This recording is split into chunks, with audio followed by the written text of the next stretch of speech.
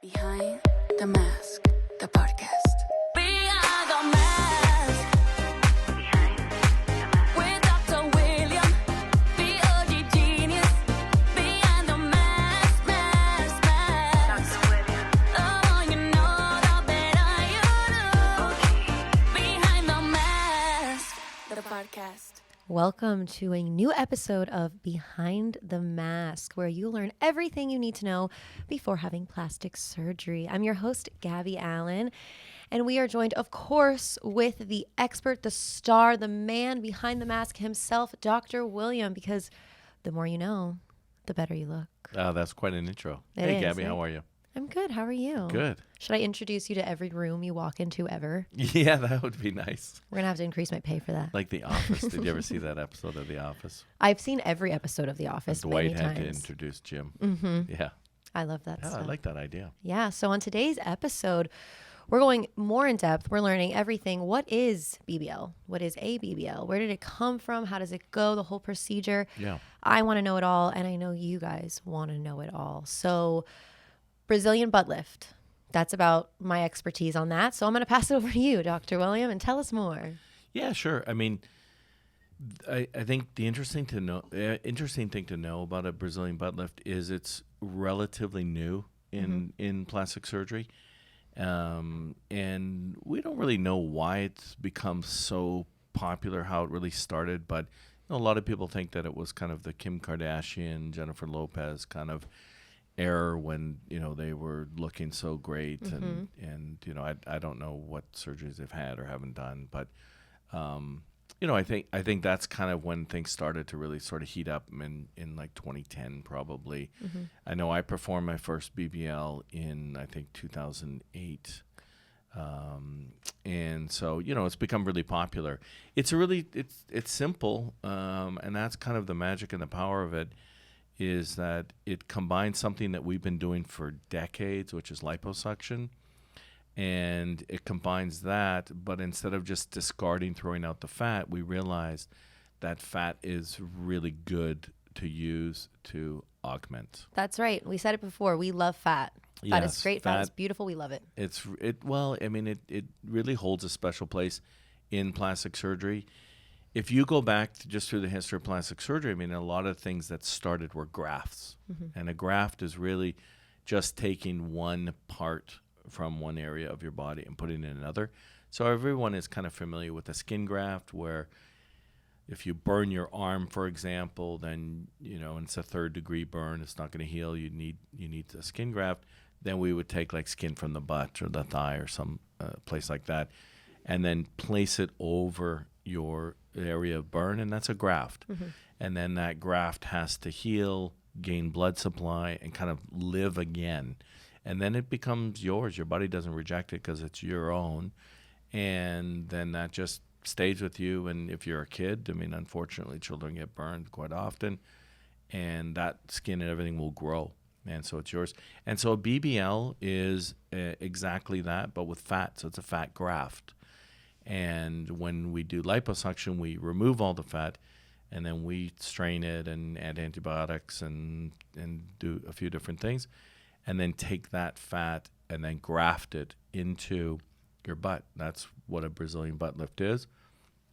We use fat all throughout the body. I don't do any facelifting, but for surgeons that do facelifting, it's really popular now to combine the facelift with fat grafting. So as patients get older, we know that they lose volume in their face, and so they're using the fat to add back volume. So it's something that's been used for a long period of times based off that graft. And then in the last, decade or more, it's become super popular. And I think I hope, safe to assume, using context clues here, as far as the history goes, it's originated in Brazil. Yes, it did. It's called the Brazilian butt lift. I think it's a little bit of a misnomer because it doesn't really lift the butt. It gives you the appearance that you've had your butt lifted. Okay. So I think that's really, but it did originate in Brazil. There's a very famous surgeon. He's no longer alive, but he's kind of like the Steve Jobs of plastic surgery, Dr. Pitanguy, and he really he was, I mean, he was a pioneer. He was just absolutely revolutionary, not just for liposuction and doing a BBL, but really in general for all throughout plastic surgery in all different areas. But he really was the one that started kind of getting into the idea of shaping the butt. And even in the 1970s, he was doing that, and then really kind of, I think, developed more probably in the 80s, and it really didn't kind of reach our shores until really more like the 2000s. Okay. But it's been around for a long time. I think the interesting thing for me is if you look at the number of procedures performed per year in plastic surgery, it's always, rhinoplasty is always a very common operation, breast augmentation.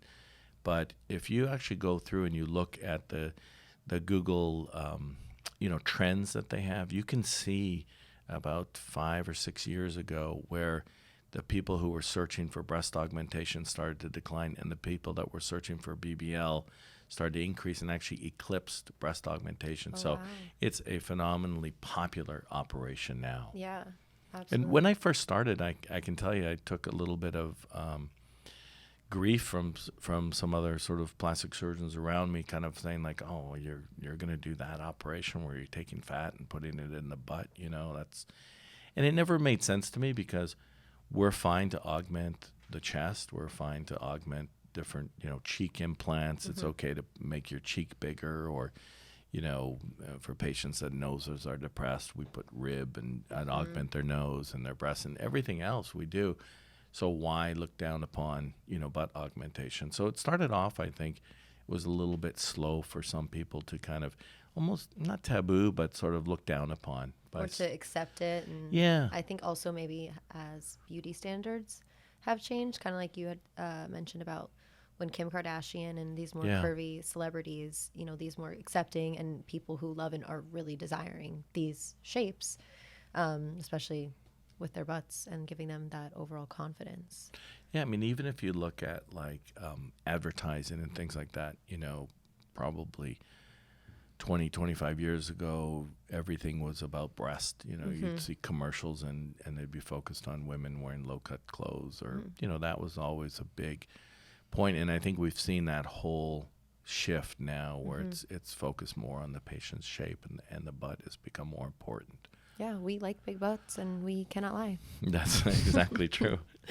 So let's break down the actual procedure. From what I'm gathering, we're taking fat from the torso, the stomach, mid-region, and we're putting it in the back. So how exactly does that process go? Yeah, and it's not just the stomach. It's fat from, people call it lipo 360 or lipo 12, where you're taking fat from the circumferential body. But it's not from arms or anywhere else, but it's only it from... It can be. Oh, okay. We can add in arms or sometimes chin or sometimes Mons area or sometimes a buffalo hump on patient's back or occasionally inner thigh area. You have to have, when you do liposuction, you have to have decent skin so that the body will redrape and the skin will kind of suck down. And it's not sufficient enough just to have extra fat. You actually have to have an area where you don't like the contour or the shape is off. So, for arms, for example, if you have a normal looking arm but you have fat there, that's not a reason to do liposuction. You have to have something wrong with the shape that's going to be improved with the lipo. But you can lipo all of those areas. Traditionally, it is the circumferential lipo, and that sets up for the changes that are going to happen to your butt. It's two-pronged. If you lipo the back and you can get more of a curve, and you can lipo the top, what I call the key area, to be able to round the butt, that in and of itself will help to shape the butt. It's kind of like the first step. You're just like an artist. You're a sculptor. Well, it's kind of funny. People will say that if I'm drawing on patients, they're like, "Oh, you're Picasso," but I don't think in those terms at all. For me, I'm not an artist. I don't have any of artistic skill or. I mean, I think this is an art. Well, I look at it really more from a like geometrical, almost mathematical type of, and that's how I kind of look at it in my mind. And then once we take that fat, Then we use that fat to inject the fat into the butt and reshape it. And I inject it into the hips as well. That's a huge part of what I consider to be really important when doing a BBL, because I'm always looking at what I call this Ogee line. Okay. And so I'm not going to get into a huge, that's like a whole nother podcast episode, but simply put, the Ogee line is, it occurs in nature. So if you look at things, I mean, if you look at gardens, if you look at, architecturally, all these different things, there's always this Ogee line, which is this concave line and this convex line. So it's more of a natural appearance. Yes, very natural. So And you're creating that natural look. I love the natural look, and I think that's something that is very natural and is also very sexy. It's very pretty, and it's very feminizing, is to have a full hip. But you can't, the body doesn't exist in like these little isolated areas. Back in the day, we used to have someone who would come in and be like, I just want lipo of my flanks, or I just want lipo here. You really can't do that. I mean, I would never do that nowadays, although I did when I started, because everything is contiguous. So if you're going to do lipo, you have to really do the whole body. So the same thing is when I put fat into the hip, I have to blend that into the leg. So it all works together. But that's it. I mean, it's pretty simple in terms of thinking about it, where you're subtracting by doing the liposuction, and then you're adding by putting the fat in. So you can't just have the butt lift without essentially like shaping or altering the hips, or can you do it without adding fat into the hip area, or does it not make that kind of natural contour without it? So you could just do and certainly I would say there's probably a lot of surgeons do that, is they just will add fat to the butt, but I think it just looks so much better, and it's a totally different result if you also build out the hip. So you can add fat just to the butt, but the corollary doesn't work. You can't just add fat to the hip, because trying to fill in that hip dip, you actually have to start grafting the fat and placing the fat much more central, much more in the butt, and work it all the way out towards the hip to be able to get the full look. But that's kind of part of everyone's style and everyone's taste as to where you put the fat and how much fat you put in certain areas and what the look do you want. I prefer kind of a natural look. Not everyone does. Some people like a more augmented look. The same thing can really be said about lip filler, for example. Yeah. You could have some patients, I don't do it now, but I did a lot in the past. Some patients would say to me, like, I want to look like somebody punched me in the mouth. You're kidding. No. I mean, everyone has different tastes. You really have to learn that very early on as a plastic surgeon. You have to be open to everything. And then some people are like, I want a very subtle look. I don't even want my husband to know, kind of thing. Okay. So there's a whole, spectrum. I'm kind of at the stage of my career where I know what it is that I want to do. So if I did lip filler, for example, and somebody said I want to look like I was punched in the mouth, I wouldn't be their injector, because it's not the look that I want. And I don't have any problem if somebody does want that. But, these things are all just based on taste and what you can do and what you feel comfortable doing and that type of thing. So that's when I do a BBL, I like to have that hip. It's a really important part for me, but I like to have it to the leg. It's really, I describe it as an operation because the liposuction starts high up in the back. And when I'm putting fat into the leg, sometimes I get, relatively close to the knee. So in my mind, it's really the whole back, the torso, everything all the way down to the knees. That's why I think it's such a powerful operation. If you have your breasts done, you're just doing your breasts. But with this operation, it's like a full body change. Yeah, absolutely full body change. I didn't even realize you went as far down to the knee or where to get that fat from. So speaking of fat again, how does a patient go about, or how do you go about making sure they have enough fat, the proper fat? It's not like we can buy the fat on Amazon. So where do we get it from? Do patients have to put it on weight? Can we get it on Amazon? Can I just prime the fat to my house? So it has to be your own fat. Oh, dang. Or your identical twin's fat. I don't have a twin. But it's, I think most people probably overestimate the amount of fat they need. Okay. And so that's actually kind of more of a problem in that patients will put on weight before surgery, and they probably shouldn't because they're just putting on some internal fat. They're worsening their shape, and you don't need as much fat as you probably think.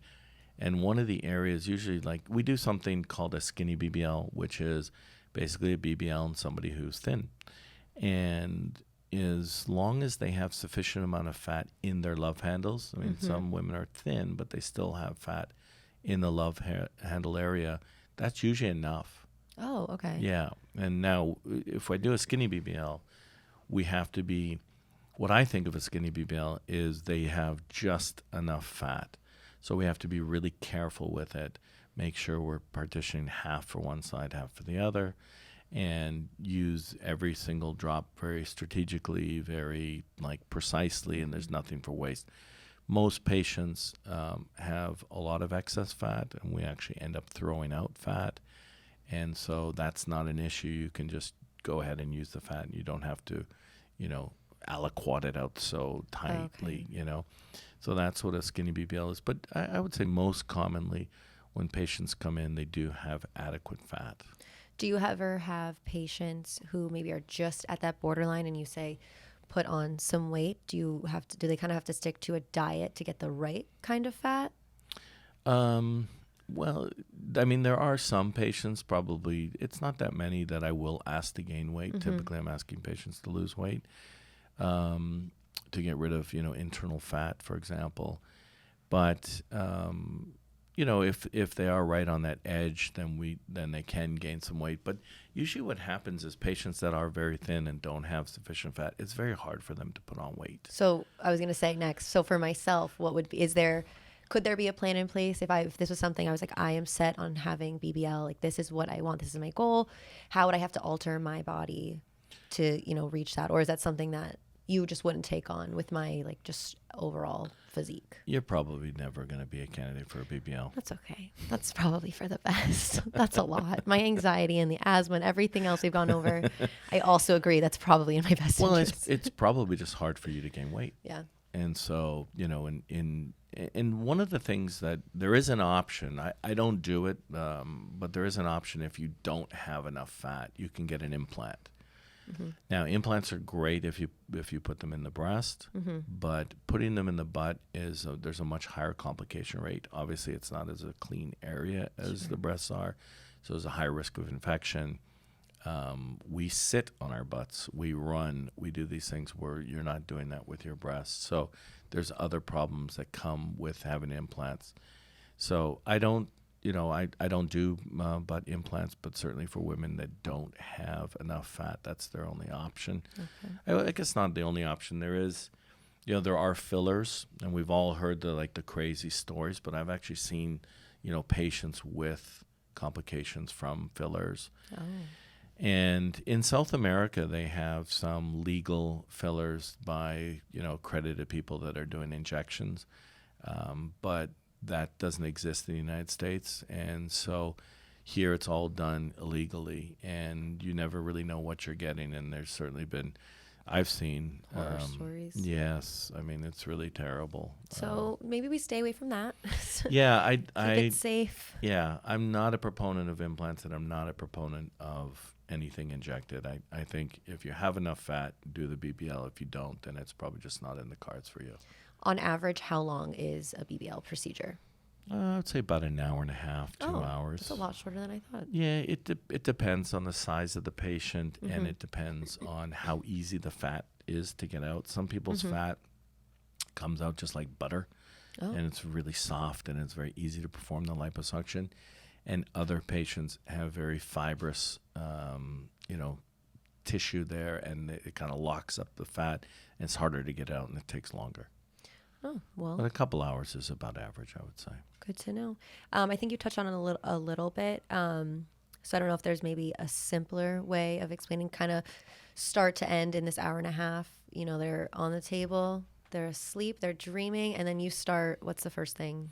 Yeah, so that's a good question. And like any liposuction, what we do first is infiltrate fluid. It's called tumescent fluid. And that's just done through a little tiny cannula connected to, a pump that pumps out the fluid.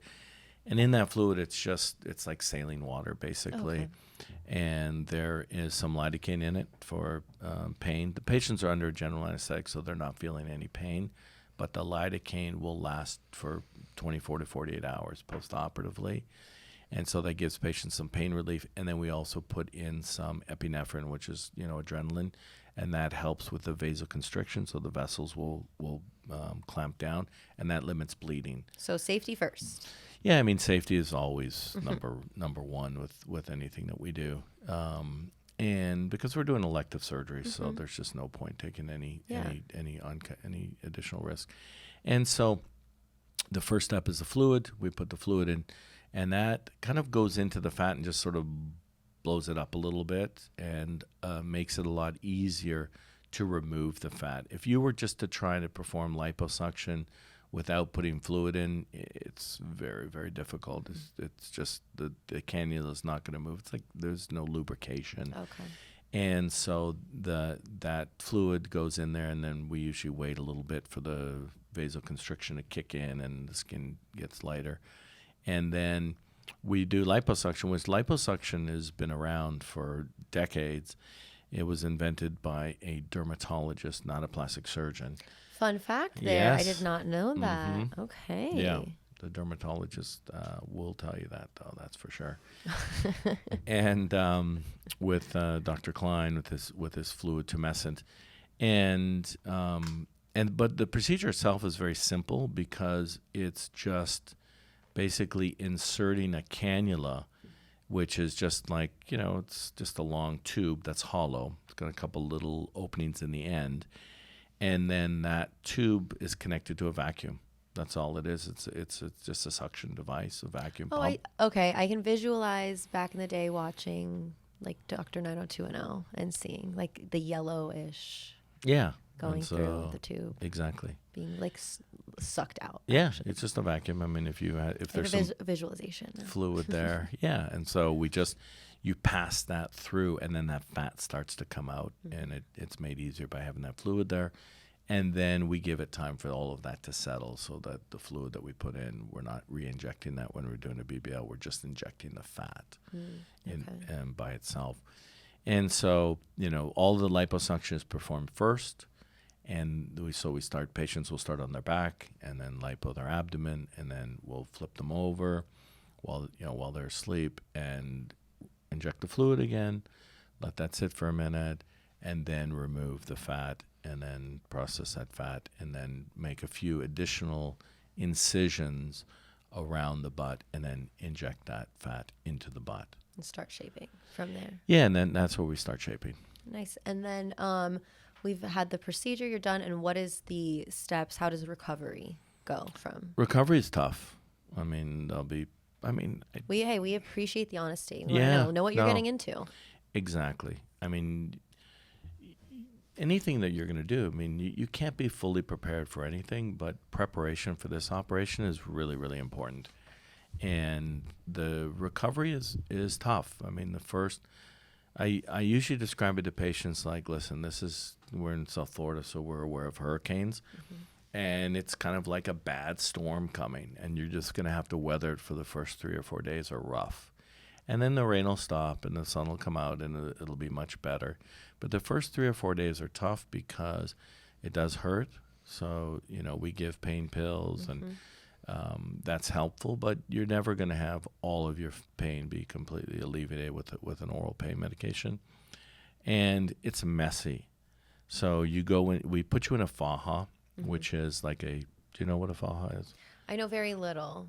I know it's going to shape your waist, but obviously I'm assuming and pretty confident there are some medical attributes to that too. Well, it is kind of... It makes you snatched. It snatches that waist, gives you shape, but healing too. It is.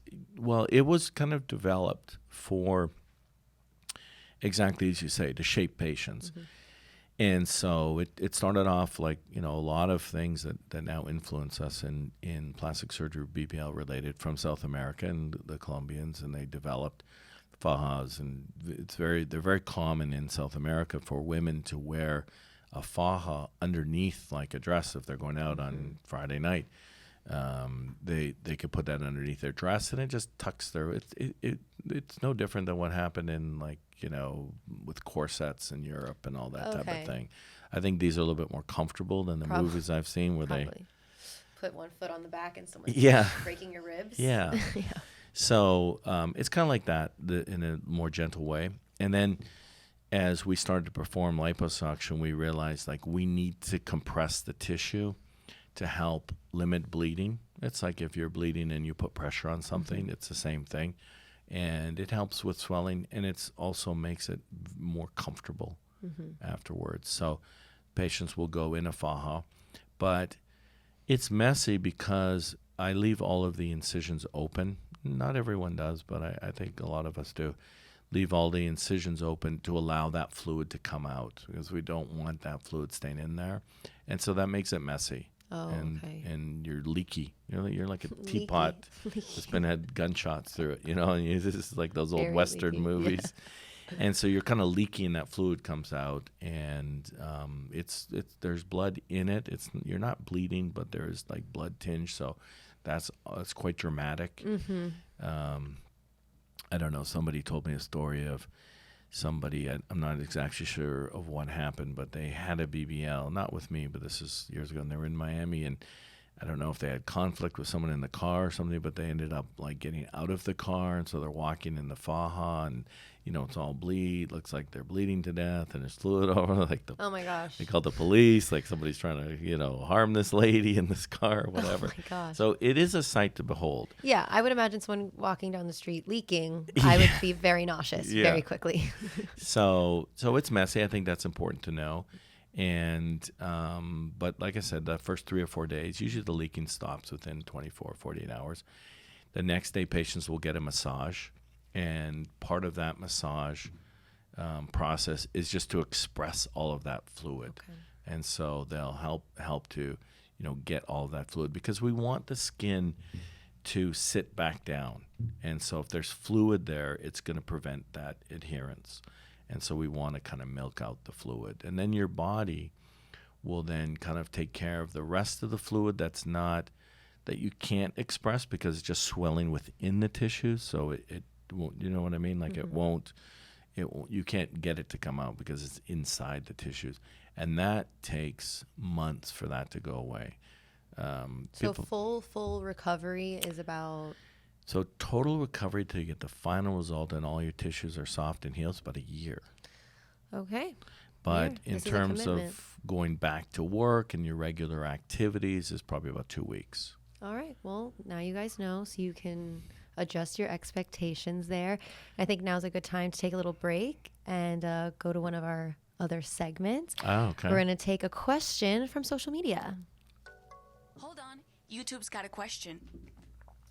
That's right. YouTube does have a question, and more specifically, Jessica E. Now, she wants to know, can you add fat only to the hips without adding any to the butt? I like my butt and think it's just right for my size, but I would like to add some fat to my hips. Okay. That's a super common question. And the short answer is, the question is, can I just get hips and not get a BBL? And the short answer to that is no, because the hip dips start really medially, more centrally, more in your butt. So when I am adding hips, then what I do is I have to put that fat actually into the butt as well. So you will get an increase in volume of your butt. But there are quite a few people walking around. I mean, I joke sometimes with patients when they come in and I'm marking them. I'm like, what the hell are you doing here? They're like, what? I'm here to get my BBL. But I'm like, you have a beautiful butt to begin with. Yeah. But that's what really they want, is they want more of a hip. And so for those patients, I have to make their butt a little bit bigger because in order to fill the hip dip, I have to start more centrally. But the focus doesn't have to be on getting a bigger butt. The focus can be on the shape. So it's a minimal increase in your butt, and then still get a hip. And that way you can kind of preserve the volume and the shape that you have without being bigger. So the minimal adjustment to the butt with more of an addition to the hips, is that something specific to your craft, or is that something that kind of plastic surgeons who do these procedures, like that's just an option they can take? I mean, I think probably. I mean, I can't really speak for all plastic surgeons, but I think most plastic surgeons would be, amenable to that. And like, yeah, we can focus more in one area than another. Well, I think that actually brings us to a good spot to really go into, and that's choosing the right plastic surgeon. I'm sure a lot of our viewers and listeners are not based in Miami or not able to get to Miami. So what would be a good way of going to find and vet and research, who is the right person for this specific job I'm looking for? Well, I mean, you obviously want to find a plastic surgeon who you're comfortable with.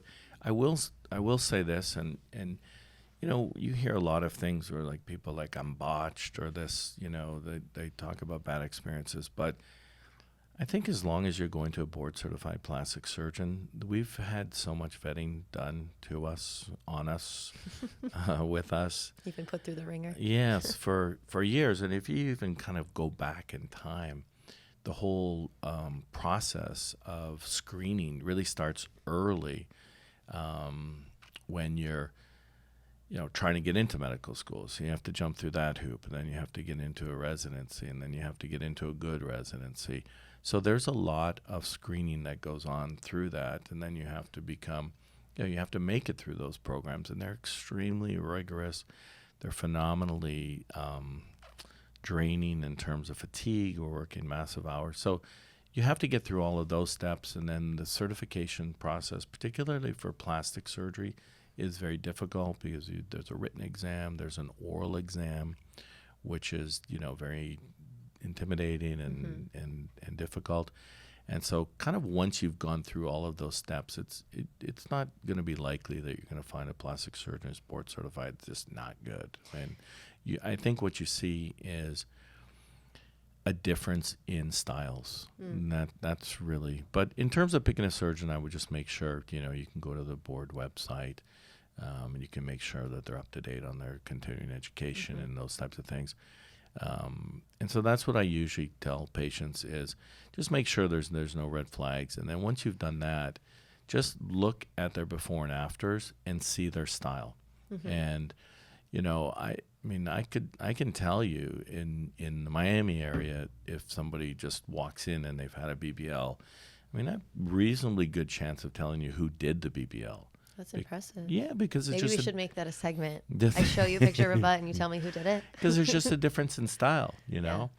And I kind of think like not one is better than the other. I never say like, oh, I do the best BBL. It's what you like, and that's I really can't emphasize that enough. And then the other thing I would look at in terms of, finding a BBL surgeon, if you're, whatever, in Montana or something, it's got to be volume. So look at volume. You want to make sure that somebody's doing enough of those procedures. And what's happened in plastic surgery over the last probably decade or more, and I think it really kind of started in South Korea, where we prided ourselves as being plastic surgeons, being able to operate on the entire body. Eye lifts, ear, kids that have prominent ears, noses, reconstruction of every single part of the body. But South Korea and in Asia in general, what they started to do, I think a little bit earlier than we did, is they started to like subspecialize. And my first experience with this, kind of seeing this, was when I was at Duke. And Duke is a world-class institution. We would have patients from literally all over the world, and we had a lot of academic fellows that would come and train. And a lot of times these would be we'd have a lot of surgeons from China come, and they were already like excellent surgeons in their home country, but they kind of wanted sort of a certification or some acknowledgement that they were at Duke or they were at, trained at a United States institution, give them some credibility, even though they were already excellent. And I learned so much from all of those surgeons when I was at Duke. That was like another advantage of being there. But what I was shocked is, I remember operating, they couldn't operate with us, but they would be right beside us, kind of talking to us. And I remember this one surgeon, and he was telling me, this is what I do for this. And we didn't do it that way, and he was explaining it and drew things, diagrams. He showed me a whole bunch of, showed me like hundreds. He had like hundreds of photos in his computer of the exact same operation. That's a lot of pictures. Well, it's just incredible that he would have done so many of that one case. And then I asked him, like, well, do you ever do this? And he's like, no, my partner does that. Well, it was like basically reconstructing the nose, but he only did one operation of that. Oh, like very, very subspecialties. Yeah, like micro subspecialized. So essentially, a doctor could be performing the exact same routine. Same dance, multiple times a day, every day. Yes. Wow. Wouldn't that get boring for the surgeon? That is... Maybe boring isn't the right word, but like... No, but I see what you're saying. There's no challenge or excitement. Do they still have the passion? Yeah, they do, because your challenge... and that's kind of where I've gone in my career, is I just do breast and body now. Mm-hmm.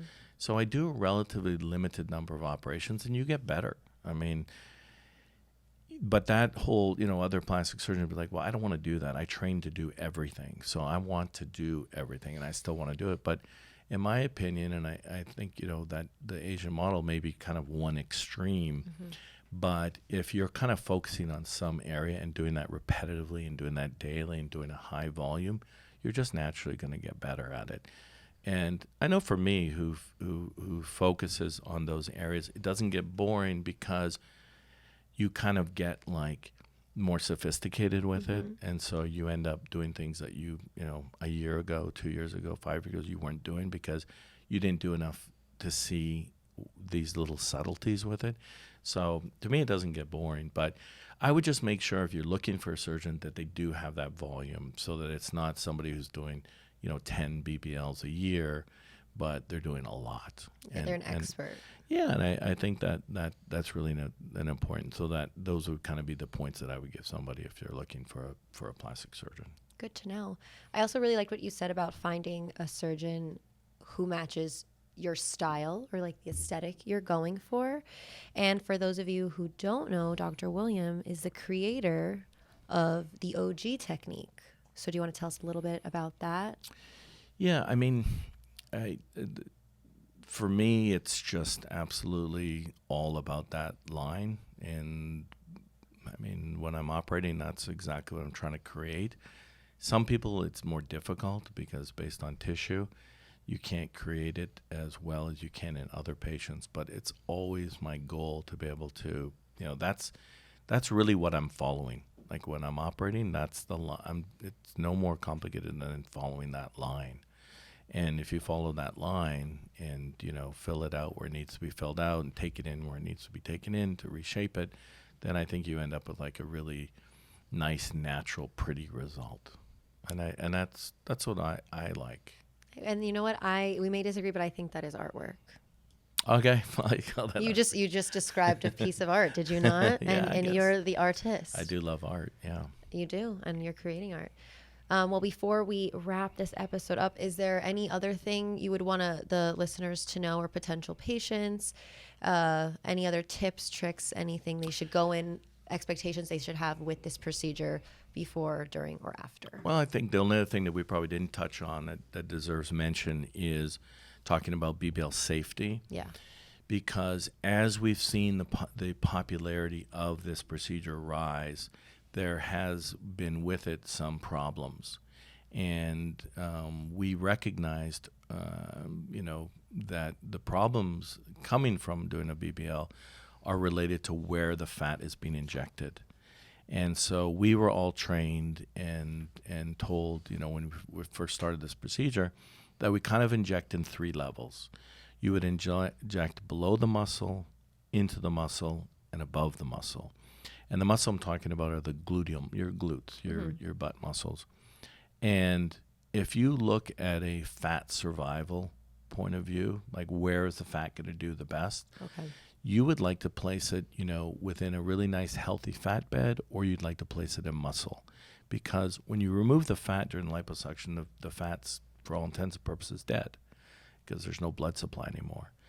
And so you take that fat and you put it into an area of muscle, or you put it into an area of rich fat, and the blood supply will reestablish itself, like that skin graft I was talking about. You have to wait for that blood supply to reestablish.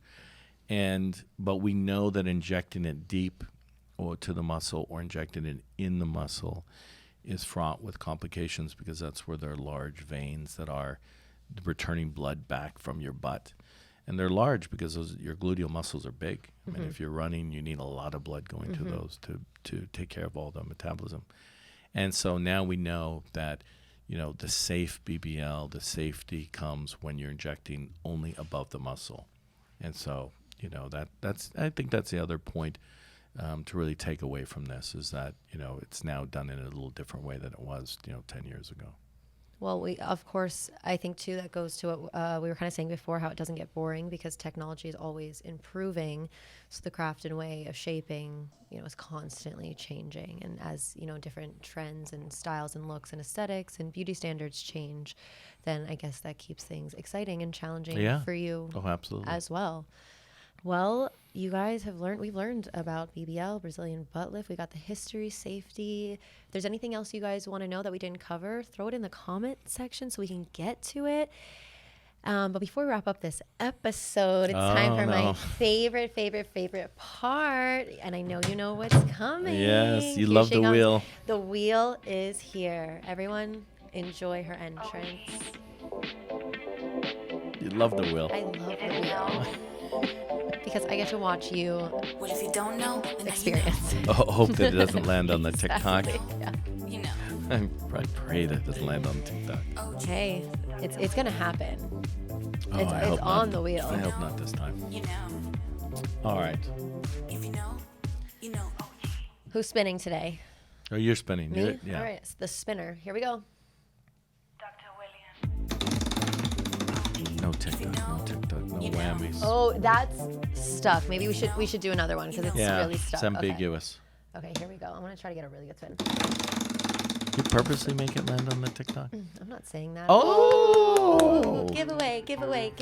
We love a giveaway. Oh, that's good. $250 All right, guys, giveaway. Yes, we are giving away money. And we love money here, absolutely. Now, this is open for anyone, but in order to qualify, you got to do a couple things for us. So that will include... So we're giving it away, but We are. So we're giving it away, but you have to do a couple things. So get out pen and paper and start this little checklist. It'll be very quick. So first, obviously, subscribe to our YouTube channel, of course. Get all the updates. Be the first to watch when we have new episodes. Get all the ins and outs on everything plastic surgery. So make sure you subscribe. And then also leave a comment in the comment section on any topic you want us to cover, or even if there was a question a little bit deeper that we didn't get to. And when you do all of those things, you will be entered to win all of this cold, hard cash. Maybe we'll give it to you all in pennies. Just kidding. We won't do that. But you will be qualified. You will be entered. And someone's going to be a lucky winner. And that lucky winner could be you. So just do those couple of things. And then in our next episode, we will announce the winner. Oh, that's awesome. Yeah. And this you know what drives me crazy? What?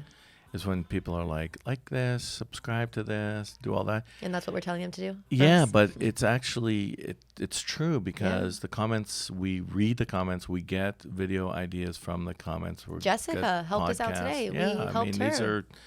These are things, and if you have a question, it's like anything when you're in school or something, somebody raised their hand, most likely other people in the classroom have those questions. So please leave your comments and we'll read them and come up with new topics for podcasts and videos based on that. Yeah, we want to make learning fun for you guys. Well, that's the end of this episode. Like we said, subscribe, hit the comments, say hello to us, and embrace your day with confidence. I'm Gabby Allen, and this is Dr. William, and thanks for joining us for another episode of Behind the Mask. Thanks, Gabby. Thanks. That was Dr. fun. William. It was fun. Now we dance. Behind the mask, the podcast. Behind the mask. With Dr. William, the Ogee genius. Behind the mask, mask, mask. The more you know, the better you do. Behind the mask, the podcast.